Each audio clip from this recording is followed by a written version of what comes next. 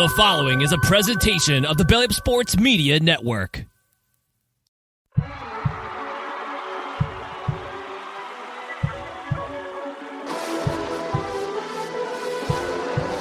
ball sends it over to Edward Robles. Goal! Insert name FC!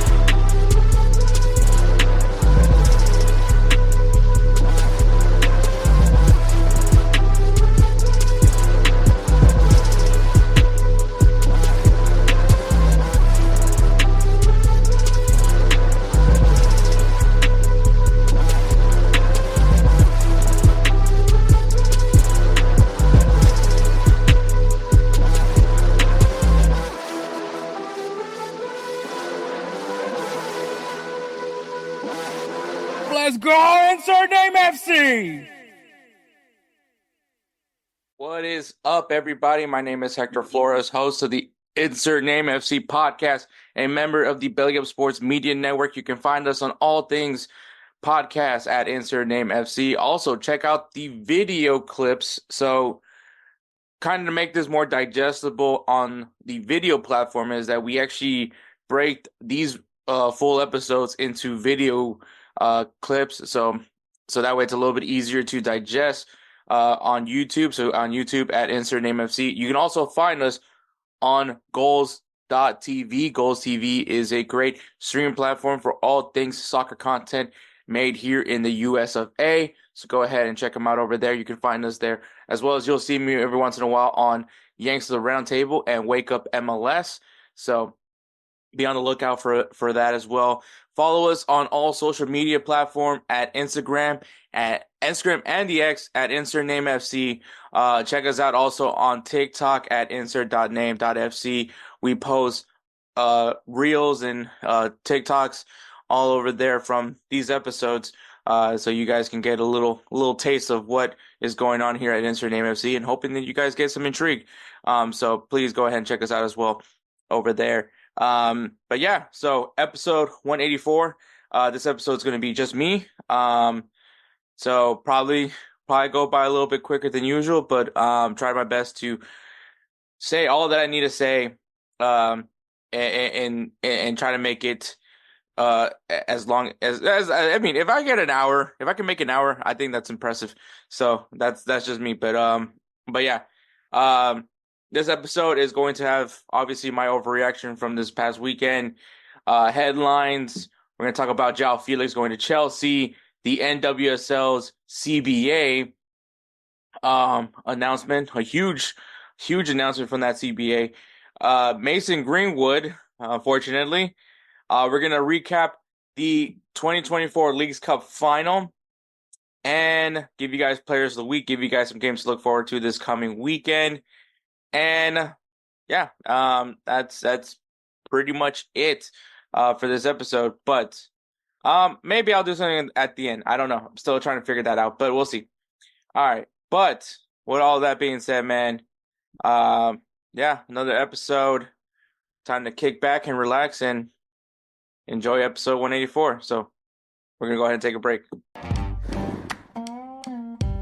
Righteous Felon Craft Jerky is the official jerky of BellyUpSports. For over a decade, Righteous Felon Craft Jerky has led the American meat snack revolution by concocting delicious, adventurous, U.S.-sourced jerky recipes for uncompromising carnivores across the country. With 15 different flavors to choose from, Righteous Felon has all jerky lovers covered, and by using promo code BELLYUP, you will get 15% off your purchase at RighteousFelon.com. Do your taste buds a favor today and rip into a bag of Righteous Felon jerky. All right, guys, overreactions from this past weekend of football, and I'm going to go ahead and start things off with, once things get figured out with the front three of Real Madrid, it is going to be what everyone expects Real Madrid to be. And obviously the big signing that came from Real Madrid was the addition of Kylian Mbappe. And I mean, everyone's highly anticipated the young 17-year-old Endrick. And I mean, I think obviously everyone's like, oh man, look how this team's going to look at the attack. Like, who's going to be the odd man left out? Is Mbappe going to play in the middle, or is he going to play off in the wings? And I mentioned it in an episode a while back that the way that I can only see that this Mbappe addition works is if Mbappe plays the role that Karim Benzema played. So if you guys don't necessarily remember too much about Karim Benzema, which I think that's bonkers if that's the case, but Karim Benzema never really necessarily stayed central majority of the time. He would veer off to the wings. So I think we've seen it work as Real Madrid fan. If you're a Madridista, you've seen it work before. You've seen it where, you know, Benzema goes off to the wing and there's that fluidity. And I think that right now that's what's being worked on right now at Real Madrid, because of the fact that Mbappe, especially more so than not, in Mbappe at PSG, he was playing on the wing. And so he's used to being on the wing. He prefers being on the wing, which honestly is on that left side where Vinny is at. I think once the communication is figured out between him and between Mbappe and Vinny, I think that this attack gets very potent. I mean, if there's one thing I could say about Real Madrid right now, it's very free roaming. The way that they play. I mean, last game, I mean, Rodrigo was literally everywhere in the field, it seemed like.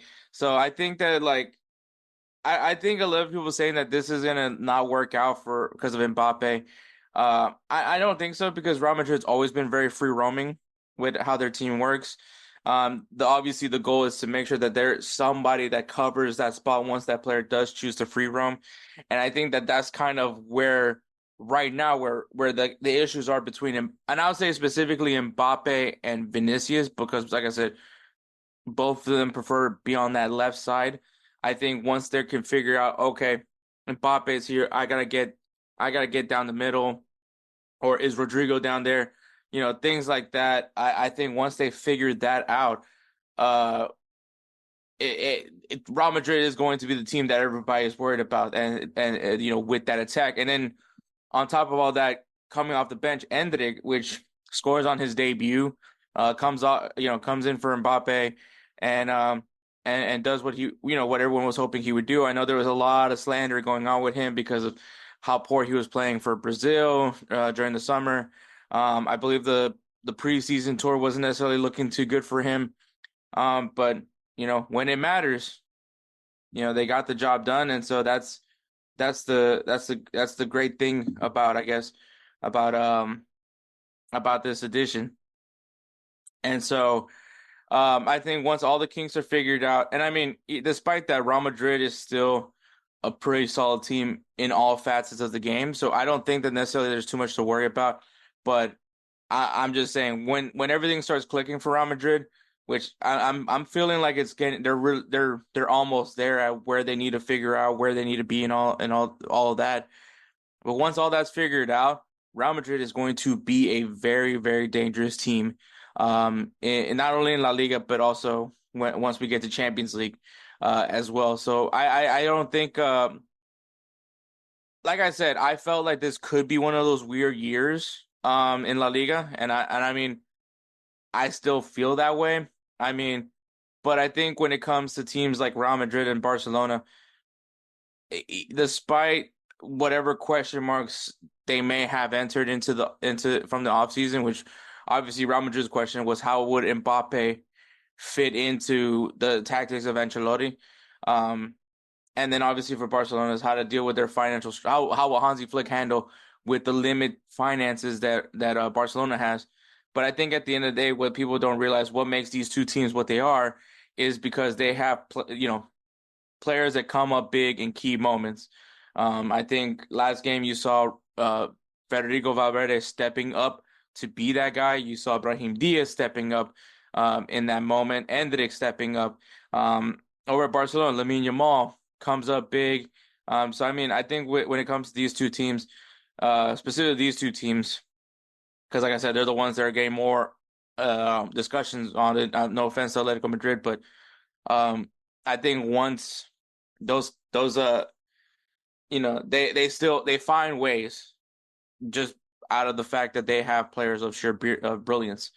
And I think, like I said, if you're a Madridista and I don't think there's any Madridistas that are necessarily worried, but they just know once once this front three of Rodrigo, Mbappe, and Vinicius, once they are gelling, this team is going to be a problem for a lot of teams.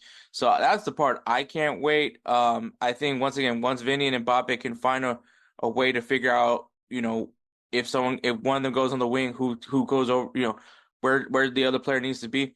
I think that this team is going to be very much a problem, especially when you have players like those two, and of course Rodrigo as well. But in the meantime, you still have key players like Valverde, Ibrahim Diaz, who can really come in and at least keep the games in a good place for the team till they figure it out. So that's where I'm not worried about Real Madrid. So, and like I said, once it's all figured out, this team is going to be a problem because this is probably one of the more complete teams in all the world. So there's my overreaction for this week. But all right, headlines, man. So the first headline, I know that this was one of my players to watch in La Liga, and for obvious reasons and reasons I'm not mad about, is Joao Felix. So if you guys remember, I did mention Julian Alvarez was my other player to watch for La Liga, so that still works. But Joao Felix is leaving Atletico Madrid and returning to Chelsea. Obviously, if you guys remember, Joao Felix, a very exciting young player from Portugal, had a really standout period at Benfica. Everyone claiming him to be the next Cristiano Ronaldo, the next great Portuguese player. And essentially, everyone was excited about the hype, and everybody was wondering where is he going to go after Benfica. He gets his big move to Atletico Madrid, and I think from there the pressure just came to him, and he didn't necessarily ever live up to that hype at Atletico Madrid. So much so that Atletico Madrid had to ship him out twice, back-to-back years, actually. The first time was sending him out to Chelsea on loan. Did he have a great stint at Chelsea? Give or take. I don't know. It depends how you feel about that year for Chelsea. I think some people would say good things about Joao Felix, and some people would say negative things about Joao Felix. I didn't necessarily think it was anything particularly special. I think he helped with Chelsea to some extent, but I don't think that it was necessarily like, oh my God, this guy was impactful by any means. And then the following year, last season, they loaned him out to Barcelona, where it looked like he was actually starting to be the kid that everyone was hoping for, but then kind of got quiet in certain moments. I think he was dealing with some injuries as well. And of course, one of those where what were you thinking kind of moments, but I think was fitting to describe his feelings towards Atletico Madrid was when Barcelona did play Atletico Madrid. He scored goals, I believe, in both those matches. I know one match in particular, but I believe it was both those matches. And he celebrated. And obviously, that's the team you're currently under contract by. That's the team that if Barcelona can't find a way to keep you, you're going right back to Atletico Madrid.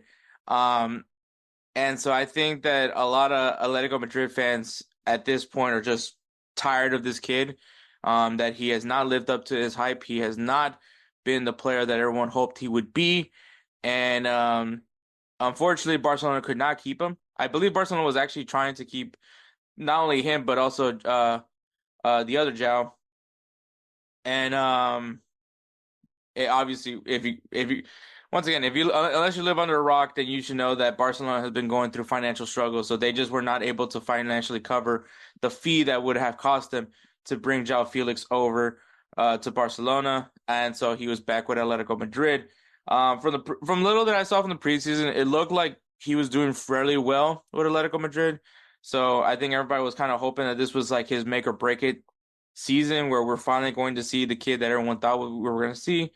But I think there's just too much tension right now with Atletico Madrid and Joao Felix. It's clear that Joao Felix, at least from my perspective, does not want to be there. Obviously he's been loaned out back-to-back years. He's supposed to be this highly touted player, supposed to be the heir apparent to Cristiano Ronaldo, and he hasn't lived up to that hype yet. And I think, and I mean, you could say that his thing with Barcelona was one of his better years. And I would agree. But obviously, when you're in Atletico Madrid, you're hoping this guy shows out for your club, Atletico Madrid, and he hasn't. And so I think at this point they're just trying to get rid of him. They're trying to get rid of him. You just brought in Julian Alvarez. You're working on getting Conor McGregor, Conor McGallagher. And at this point they're just trying to move on. It's one of those that both parties just need to get out of this situation. And I think Joao Felix wasn't going to get any better. His time at it's interesting because I don't know. I don't know what exactly was wrong with Atletico Madrid and Joao Felix. I think maybe it was a conflict of styles, but then like you see a guy like Antoine Griezmann and he, makes the Atletico Madrid attack. And I feel like Joao Felix could have done that similar to it, but it just never worked. And I think more so or not, it's just that we overhyped this kid. There's put a lot of pressure on him, and now he's one of those stories of, hey, you remember that guy? And I hope it's not the case because he's still very young. He still has plenty of time before he hits his prime. But this kid needs a move. He needs to move away from Atletico Madrid, somewhere where he believes he can get developed. And I think that's probably what it was with this because Atletico Madrid ends up agreeing to a 6-year. Joao Felix agrees to a 6-year deal to go to Chelsea. Obviously a club that he was loaned out to before. Like I said, he just didn't live up to the hype. But is he going into a better situation? I just don't know. Chelsea right now there's a lot of shit going on with Chelsea. There's a lot of stuff going on. Obviously it hasn't been the same since Todd Bowley bought the team. Many fans are probably frustrated by that. And I mean, right now, Chelsea, I believe this is now Chelsea's 10th signing this summer. There's the stories that you hear that the locker room right now is packed, like that there's not even enough lockers for players. So I mean, there's players need to be sold over at Chelsea, and I believe that the at least the two players that I've heard a lot of was Chilwell and Raheem Sterling are names to keep an eye on that are going to potentially be sold. So, and I mean, they came off a big win against Wolves, which Joao Felix did contribute into that. So I think that at least if they trim out the fat at Chelsea, it could become a pretty healthy environment. But he seems looking forward to being part of the project. Like I said, I mean, take the win against Wolves with a grain of salt because obviously it's Wolves, but it's a good team win. It's a good morale boost. Especially when you have to go, your first game is against Manchester City. So I think as they continue to progress, I believe they're also in the Europa Conference League. See how they perform in that tournament. But right now, it's all about getting confidence back. Clean out as much as you can in that locker room if you're Chelsea. But I mean, if Chelsea believes that Joao Felix is a missing piece to the team, and I believe what Enzo, the manager for Chelsea, I believe he was saying that he sees Joao Felix as a 9. So I think that that's a interesting concept to where to put Joao Felix. But yeah, I think Joao Felix is just a player that needs a new fresh start. Maybe not necessarily fresh, but like just go somewhere where he feels he's going to get supported. A lot of Chelsea fans are happy that he's coming back. So I think that maybe obviously people see his quality. I know he still has the potential, and I think that that's the big thing for me. That this kid I don't want to say he's a bust yet. I think that he He's still very young. I think he could still do what we hope that he was do from the hype that we built up from him when he was in Benfica. I think we saw glimpses of it when he was at Barcelona. I think if he can stay healthy, if he can continue to be hungry, he is going to be a very solid player for Portugal. And so, Portugal, it's getting deeper over there in Portugal, with some of the players, especially in the front in the attacking side. So I think Joao Felix has a lot to put on, has to do a lot to get himself in that discussion as well. I think Chelsea is an interesting situation because of just how many players are over there now. But hey, I mean, they bought so many players, it's got to pan out at some point. So I'm very interested to see what happens with Joao Felix now. And remember, I said Chelsea was my team to watch this season in the Premier League, and I'm standing by it. So this just makes them even more interesting to watch, see how they move on from the last couple of years, and see if they can get a positive season this year in the Premier League. So I can't wait to see it for Joao Felix. I'm rooting for Joao Felix. Joao Felix is a player that I generally do like watching play. And I want him to do well. So, regardless of where he plays at, and so we'll see how Joao Felix does over there in Chelsea in his second stint at Chelsea. So, and I mean, it's not a loan. From what I've read, it's a permanent move. So, his time at Atletico Madrid has passed, and I think that's a good thing. Hey guys, this is Hector from the Insert Name FC podcast, here to tell you guys about Canada Dips. It is a great tasting, superior alternative to traditional dip using CBD in a way that is radical, enjoyable, and effective. It comes in 5 core flavors: wintergreen, mint, citrus, mango, and American spice. Canada Dip CBD is the new evolution in dip, allowing guys to enjoy great, long-lasting taste without the downsides. If you guys want to go ahead and try them out, use the code BellyUp20 at CanadaDipCBD.com. Once again, BellyUp20 at CanadaDipCBD.com, and you'll get yourself 20% off your purchase. Thank you again for Canada Dips for being a great partner of BellyUpSports. All right, NWSL.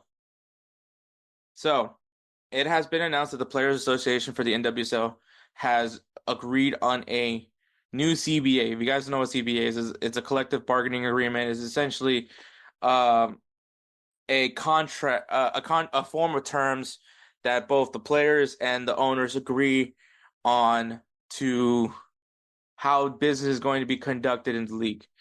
And some of the key things that was the two big talking points was, one, establishing a free agency, which, I mean, it may sound crazy to say that, but obviously in the world of soccer, football,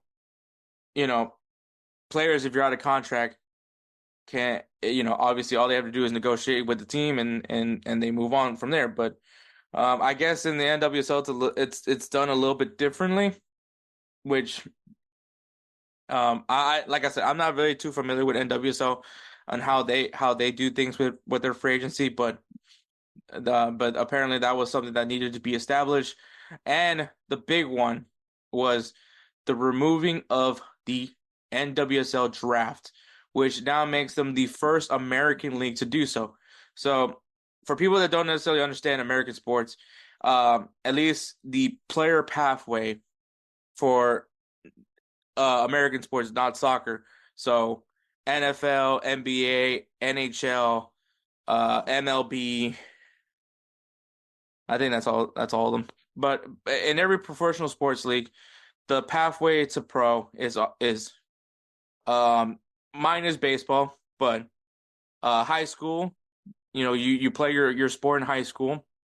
You play really good at your sport. If you're a standout athlete in your high school, you'll get recognized by a college or university. That college or university would offer you a scholarship to play, or you would go play college sport in your sport. You stand out in that sport, you would then be eligible to be drafted by the professional league. So that is essentially the player pathway: is high school, college, get drafted to the professional leagues. And I say baseball, MLB is a little bit different because you can be drafted out of high school.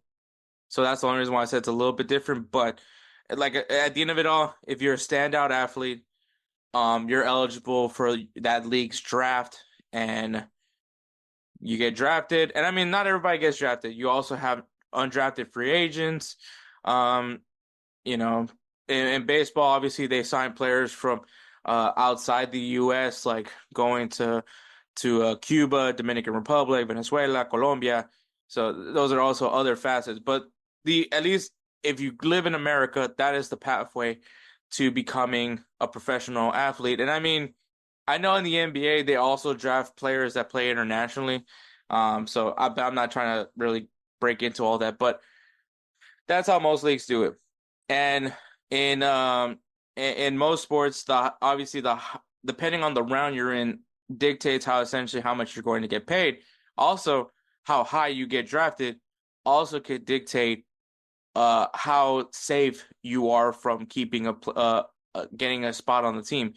So, for instance, in the NFL, even though you got drafted, I would say probably like fifth to seventh round, even fourth round sometimes, you could still get cut from the team. Your contract isn't the contract that you agree on is usually not that big. It's not a lot of money, so it doesn't necessarily hurt the team. But I don't think like I don't remember what the terms are. I don't know if it's like guaranteed you're gonna make that or what. But that's kind of how the nature of the business goes. And even in MLB, just because you were drafted in the first round doesn't mean you're going to become a professional athlete. MLB is a little bit bigger on that. NBA draft, I think now more and more you're starting to see like the draft picks actually playing, but from when I remember, I didn't really see that many. But the fact that the NWSL decided to remove the draft, I think it is an interesting thing for me because I never really complained too much of the NWSL draft. I didn't really complain too much about women's college soccer, and the reason why was because you have a large player pool in women's soccer, as far as college, obviously because almost every college has a women's soccer team, and that just goes back to Title IX. And I think I thought the draft was a good resource, but and then I guess if you want to just flip it over to the MLS, because I'm also someone that feels that the MLS should not have a draft, and it's because at least I feel the player pool of college soccer players are smaller versus women's soccer, and I think that's honestly pretty spot on. So and it's also for me harder because obviously there's still multiple player pathways in MLS. There's still, I mean, the player pathway, there is still another option for player pathway, and I feel would be a cheaper option with player pathway, which is obviously what they have now with MLS Next Pro, and now, obviously that player pathway to go professional. I think that being utilized, I think, is a good thing. Where now I see men college soccer as, yes, it's a good resource to go find players. Because I mean, I think kind of going to when we got to interview Majid Marana, him talking about having to work on the physicality side as a defender helped him to go play, had helped him to go to college soccer to gain that physicality. So when he did go back to the pros, when he did go pro, he was prepared for that level of physicality. And so I think that for me, I don't see the value of the MLS draft. And also, mind you, I believe Majid wasn't drafted. He just got signed to the Houston Dynamo. So I think that is an important thing to think about. Like, these guys, you don't necessarily have to draft guys that are going to play for you. So in the NWSL, I mean, I felt like a lot of draft picks do play a lot and become impactful players. Just thinking about the Houston Dash alone, Rachel Daly was a name that I think of. Obviously, she's a well-loved player for the Houston Dash, obviously now playing overseas in England. Jane Campbell, captain of the team, starting goalkeeper for the Dash, was drafted. Khalil Ohai, one of the first draft picks for the Dash, and obviously played and was impactful immediately. And I know that there's those overseas signings that they do, and I kind of agree to that part of maybe you don't necessarily have to get players through the draft, like, and I think that's why they're establishing the free agency to allow themselves to go after the women's Super League, I believe is what they call it. It's called in England, in the UK. And so I think as you establish a free agency, you remove the draft. So now these players that play college soccer, once they're finished, they can go out, you still have the scout. Scouting is still going to be a necessity. You're still going to watch these college games to find players. And I think that this is kind of what I'm thinking is happening, is they are wanting more more power to the players, because when you get drafted to a team, maybe you don't like the team you're getting drafted to. Maybe you don't like the city you're getting drafted to. Whereas maybe now, let's use Trinity Rodman as an example. Obviously, she got drafted to the Washington Spirit.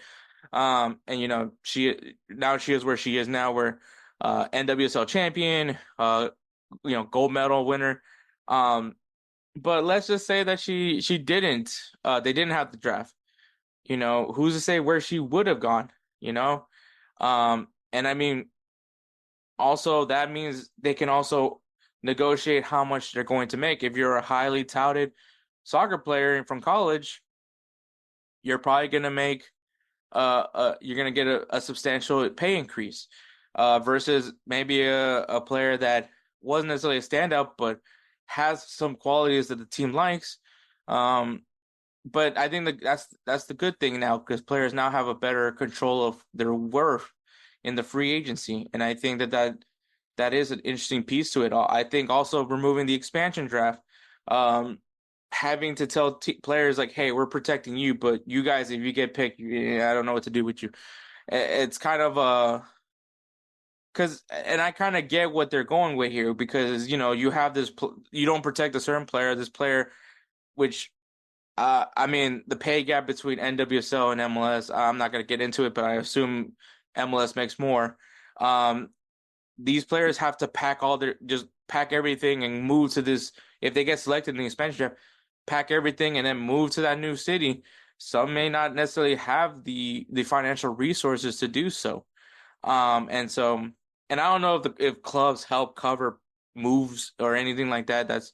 I don't know any of those things, but I'm just saying from that perspective, at least from my perspective of not knowing much, is that it can be stressful.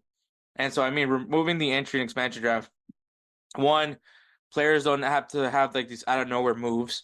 Two, the players that are coming out of college now have a little bit more control of where they want to go and how much they're going to make as they start their professional careers.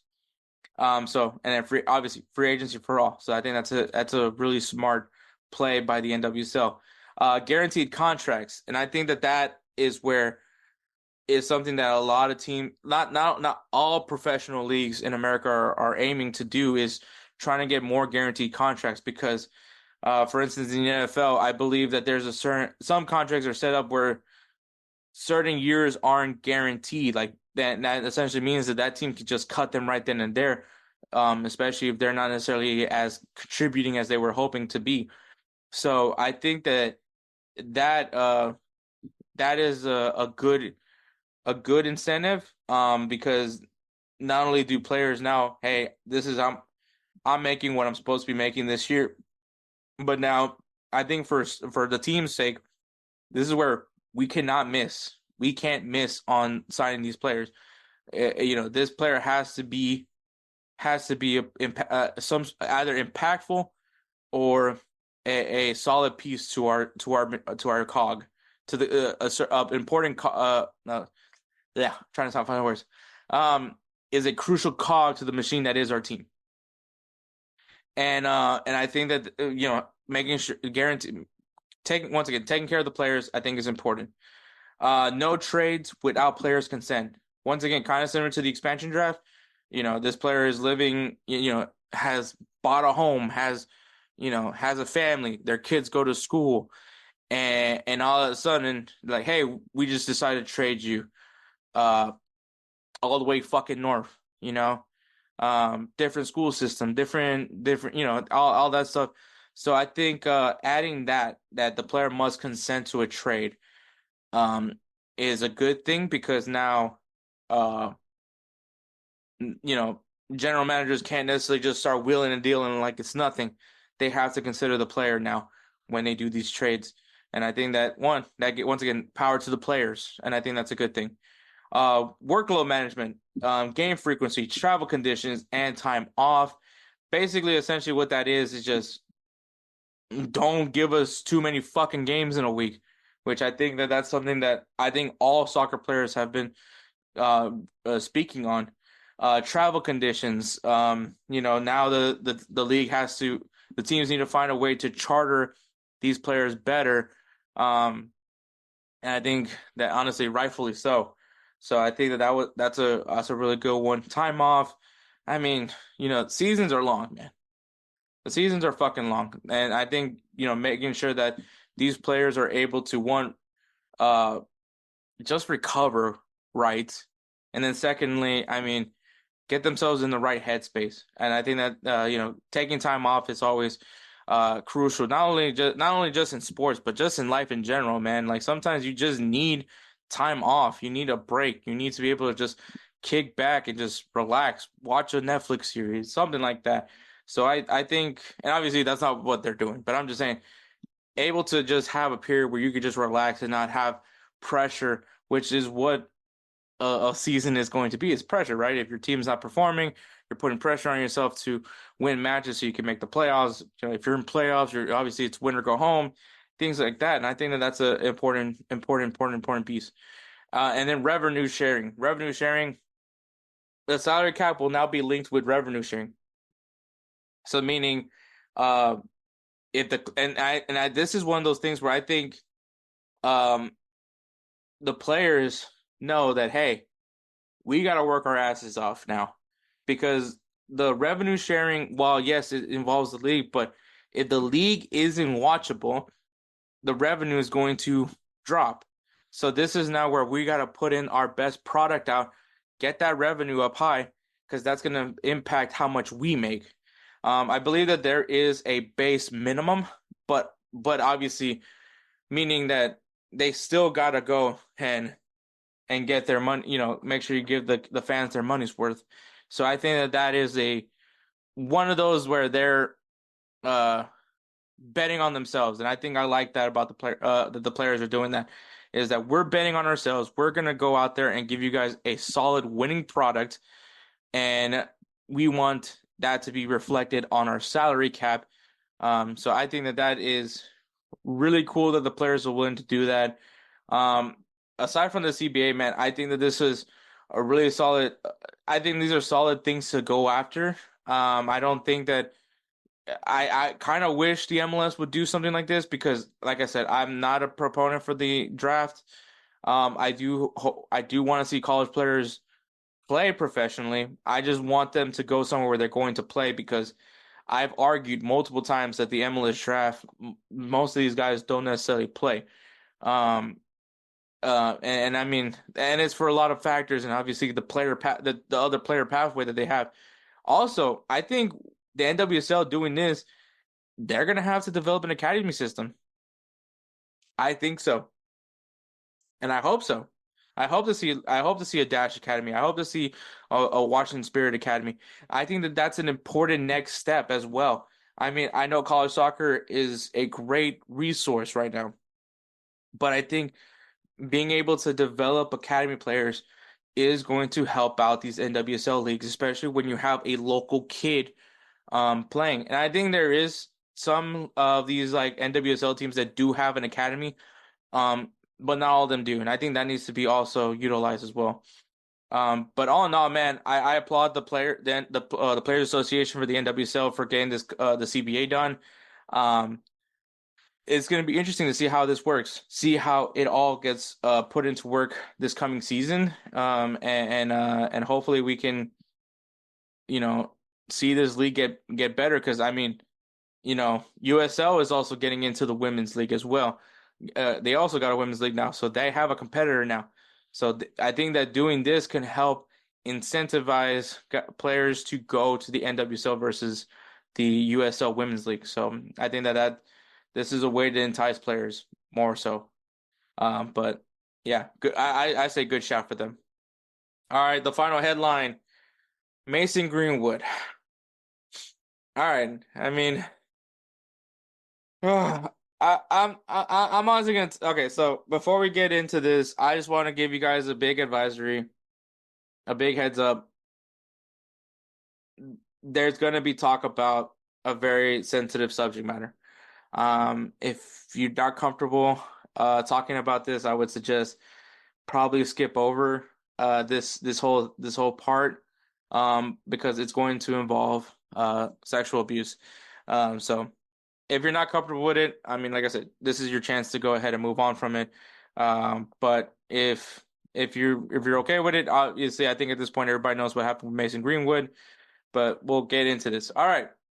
So Mason Greenwood, backstory. If you guys don't know anything about Mason Greenwood, he was a player from Manchester United's system.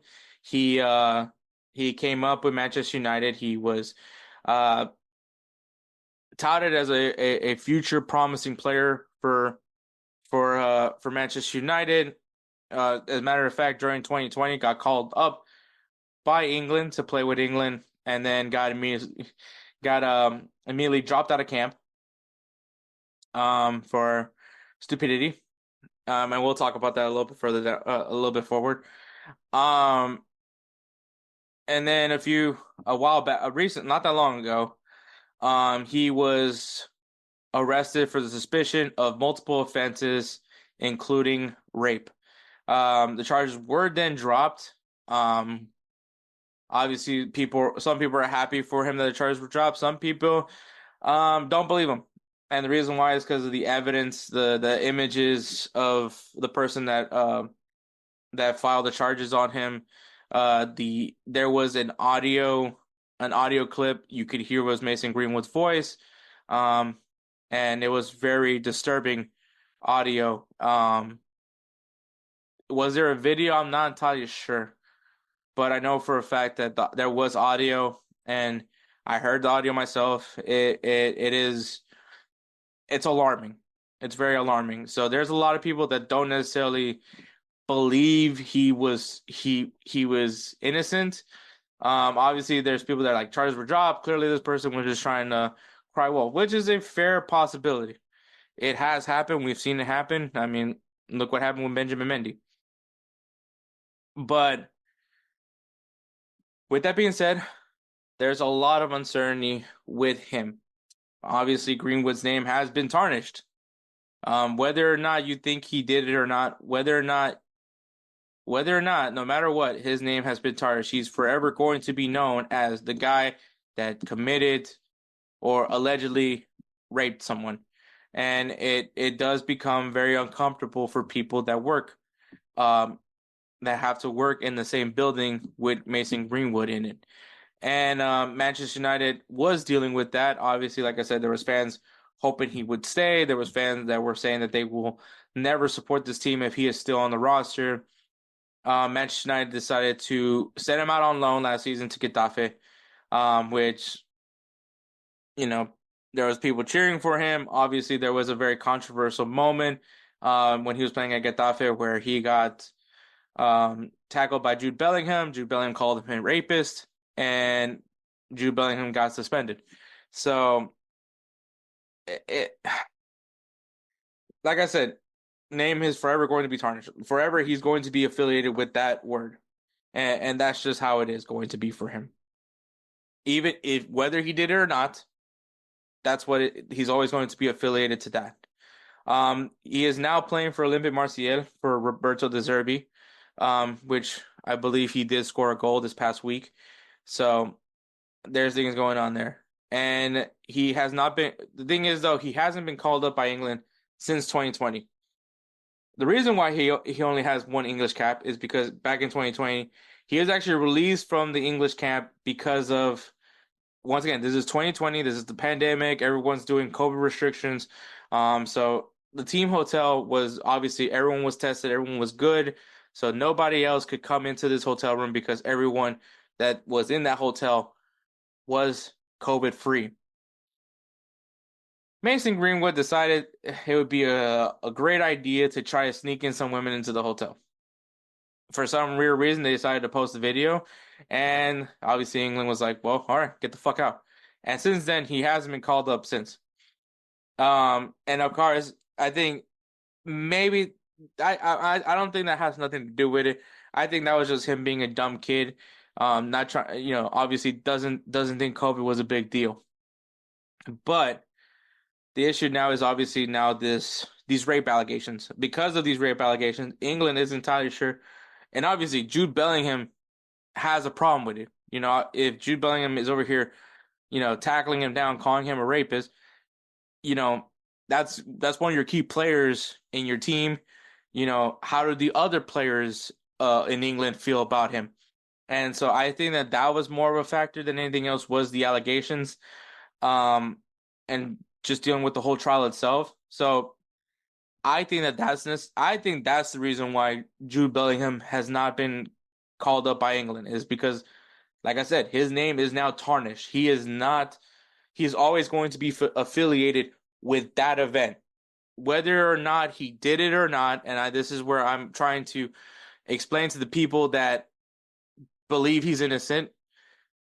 Regardless of how it ended, the charges were dropped. That can mean anything. Just because the charges were dropped doesn't mean that maybe they just finally gave enough hush-hush money to this girl to get her to shut up. I can't tell you what exactly it was. Maybe he was innocent. Maybe he isn't. I can't tell you. I don't care to tell you. Your opinion is your opinion, and that's where I'm going to stick with it. But I think for a fact, because of his name being so tarnished, no one wants to touch him with a 10-foot pole. And that includes England. England's like, I'm not dealing with this. You're not going to get called up by England. We have players that don't have that problem, and we feel are better quality. Like I said, Mason Greenwood has been playing for. Obviously, had a pretty good stint with Getafe, and then plays for Olympique Marseille. Has obviously is doing pretty well right now, and there has been one country that has mentioned interest in him, and that is Jamaica. Jamaica has started doing this thing now where they're going after English players with Jamaican, and this isn't new. This isn't like different or anything like that, because English players that don't necessarily that were so dead set that they were going to get called up by England, and then when they realize they're never going to get called up by England, then decide to play for another country, a country of their family's origin. So Jamaica, any country in Africa, that's when they decide to play for those national teams, when they're kind of already a little bit later in their years, not when they're necessarily particularly at their best, is when they go. I mean, y'all seen it. But anyways, obviously, Jamaica seeing what's going on with Mason Greenwood. They obviously know he's a highly touted player. I believe Leon Bailey has made it very clear that he is not going to play for Jamaica. So they need someone in that position. Mason Greenwood does play that position, I guess. But once again, he's just a highly touted player. He's a high prospect. So what is Mason Greenwood's connection to Jamaica? Well, his grandparents are Jamaican. And that's what they're going off of. So, obviously, the process is going to involve him having to prove his Jamaican culture, his heritage, gaining a Jamaican passport, and that's what he'll need to do in order for him to be considered a player for Jamaica. But Jamaica has shown a lot of interest in Mason Greenwood. Obviously, Jamaica is one of those teams that have steadily improved in CONCACAF. And yes, a player like Mason Greenwood could be very beneficial to them to be competitive with CONCACAF, especially when you have teams like Canada, USA. I mean, Mexico is still a problem despite their issues. Panama, so like They want to be considered in that conversation, so they making a move like this would help them get in that conversation. And it's official. Well, Mason Greenwood has decided to make the switch to Jamaica, which is funny because the part that I find funny from it is that he's trying to make it sound like that he's choosing Jamaica over England, and it's not the case. England shut you off. You got cut off by England. England is not going to touch you. You are too controversial for England. They don't want you. It's probably not Mason Greenwood. I think it's just the media. But this kid didn't choose Jamaica because he preferred Jamaica over England. He's not choosing to represent his grandparents' heritage. He's choosing to play for Jamaica because that's the only national team that wants him on their field. Now, what is going to be the responses from fans when he goes and plays for Jamaica and has to travel around? U.S. is probably going to be the one that says a lot of things. I don't necessarily know about south of the border, but he is still a controversial player. And England wants nothing to do with you, but Jamaica clearly does. And Jamaica's clearly accepting what's going to come with it. All the criticism that's been thrown at Mason Greenwood is going to be thrown to Jamaica. So I think that it just is what it is. Like I said, it doesn't matter if he's innocent or not. His name is always going to be connected to that incident, no matter what. That is what he's going to be, and support him. I'm not saying don't support Mason Greenwood. You know, I hope we can move on from this one day, but I know that's not gonna happen. People don't forget. People won't let people forget. And if he pans out for Jamaica, he pans out for Jamaica. Clearly he's panning out right now for Olympic Marseille, and that's just where we are. That is where we are right now. His name was cleared. That's just the fact that we have. Do I trust it? The audio is a little... If you ask for my opinion, the audio is just too disturbing. That audio clip was just too fucking disturbing for me. That it's... Yes, his name is tarnished to me. But like I said, to each its own. Jamaica clearly is willing to bring him in, and he's getting an opportunity. And we'll see what he does with it, what comes with it. But yeah, that's where we are right now with Mason Greenwood.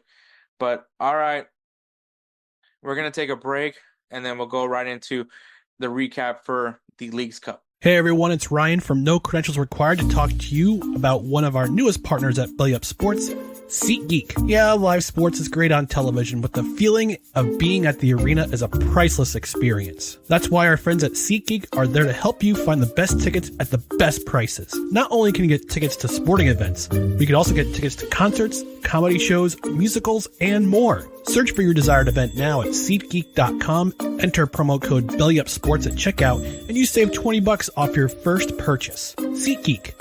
Life's an event. We have the tickets. All right, guys, we're back. All right, the 2024 Leagues Cup final is over. The Leagues Cup is over. Thank fucking God. But here we are, man. Columbus Crew beat LAFC 3-1. Columbus Crew had 63% of the possession. Columbus Crew also outshot 12-9, 5-4 with shots on target.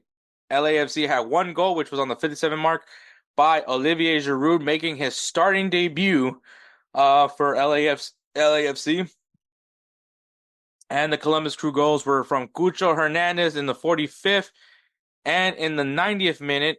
So that was the winner.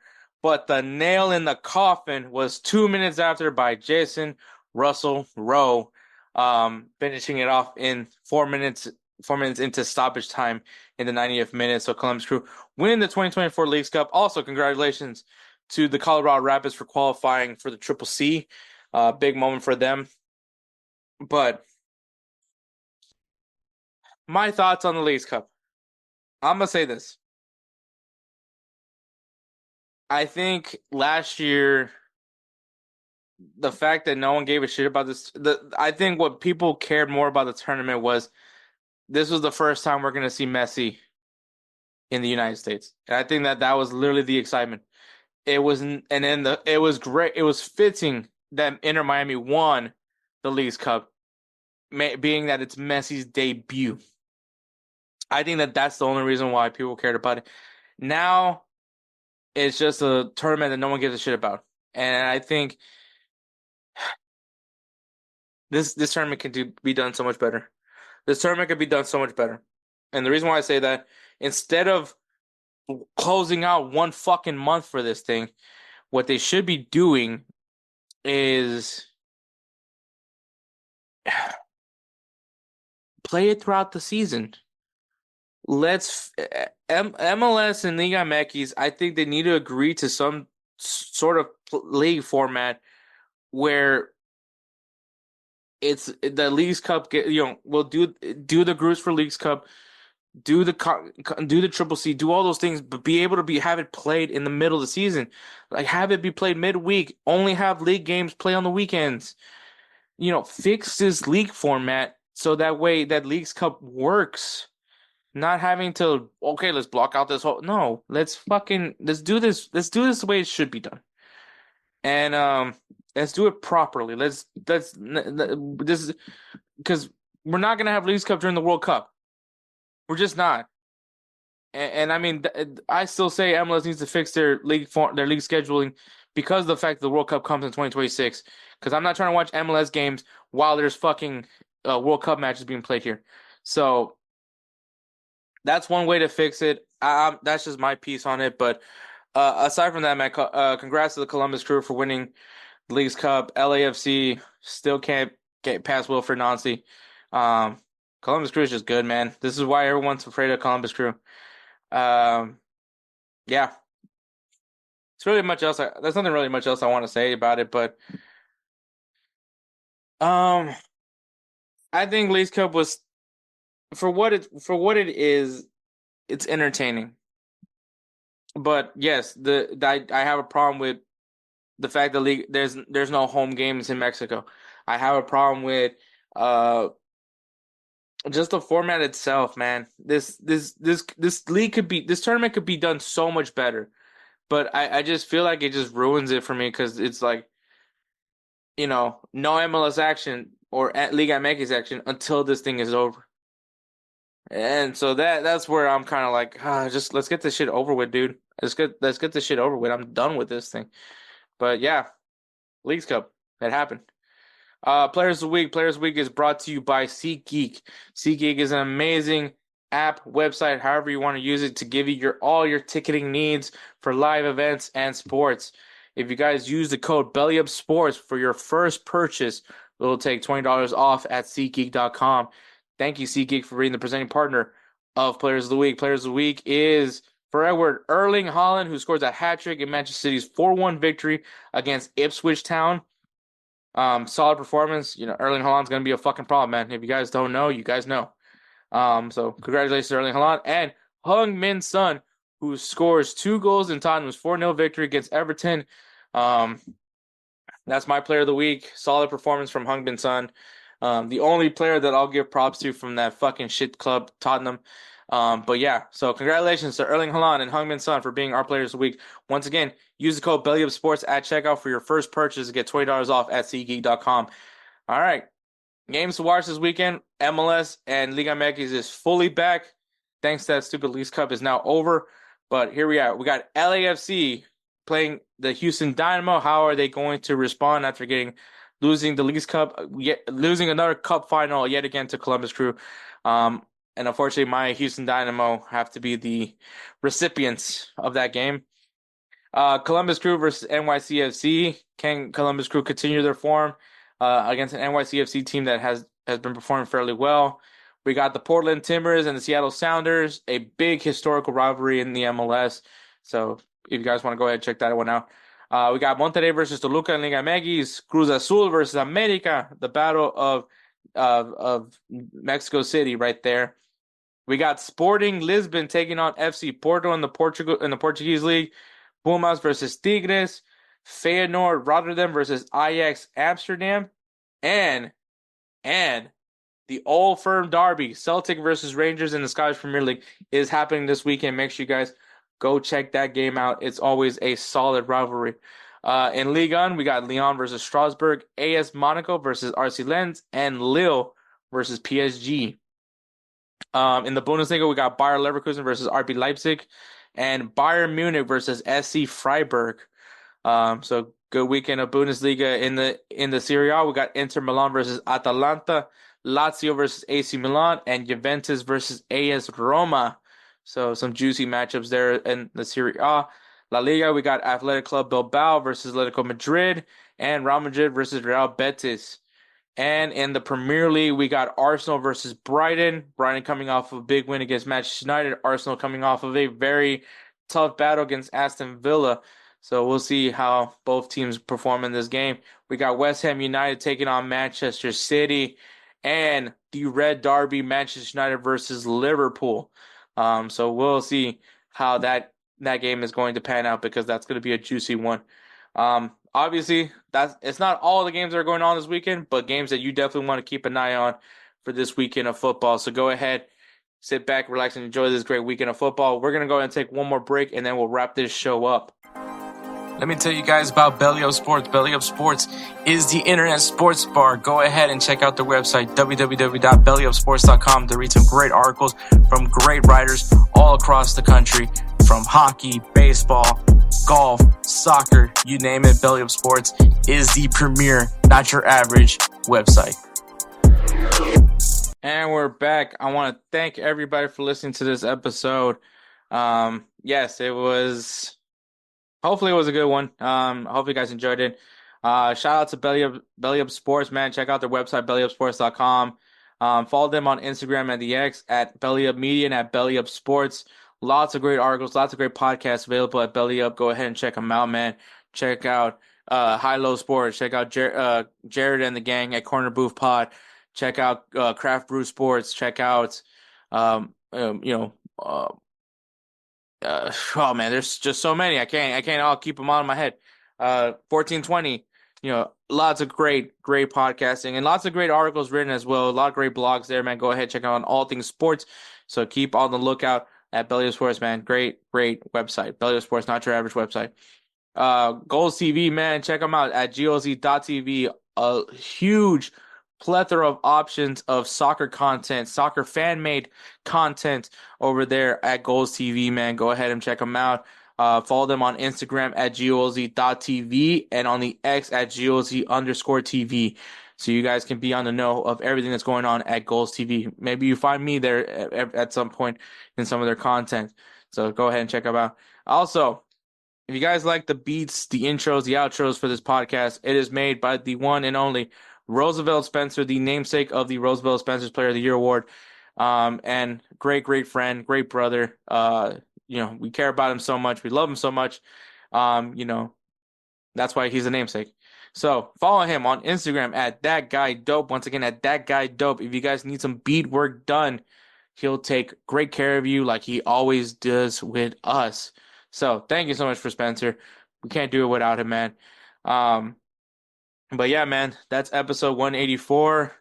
Thank you so much for listening. Catch us next week for episode 185, where there's more football to talk about. Take care, guys.